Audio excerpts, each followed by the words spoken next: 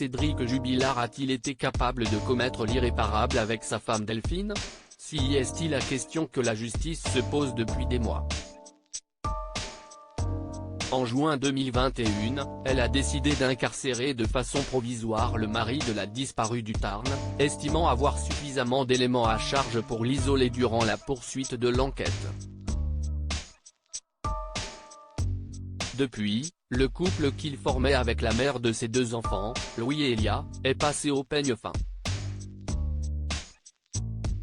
La relation entre Cédric et Delphine intéresse fortement les enquêteurs car la piste du drame conjugal est la principale. Le psychiatre qui a analysé le suspect numéro 1 a donc posé beaucoup de questions au détenu sur son histoire avec celle dont il ne prononce volontairement pas le prénom.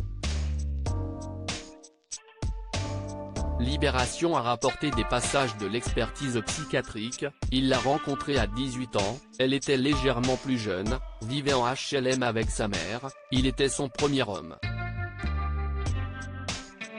Les premières années, il l'a trompée, puis s'est dit que c'était la femme de sa vie et a arrêté. Pour Delphine, celui qui a connu une enfance difficile avec un père absent et un beau-père violent décide alors de se prendre en main et passe un CAP de peintre en bâtiment.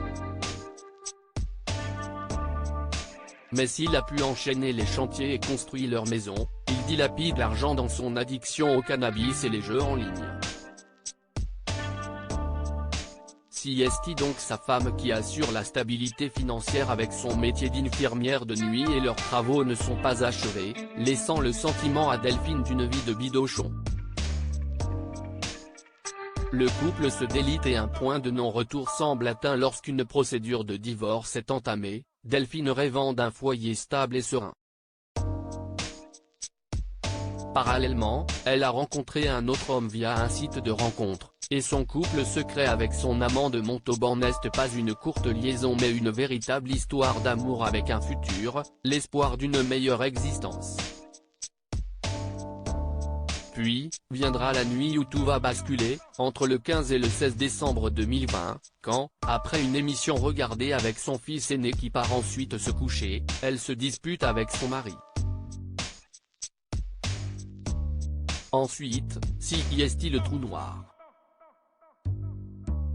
Cédric Jubilard reste présumé innocent des faits qui lui sont reprochés jusqu'au jugement définitif de cette affaire.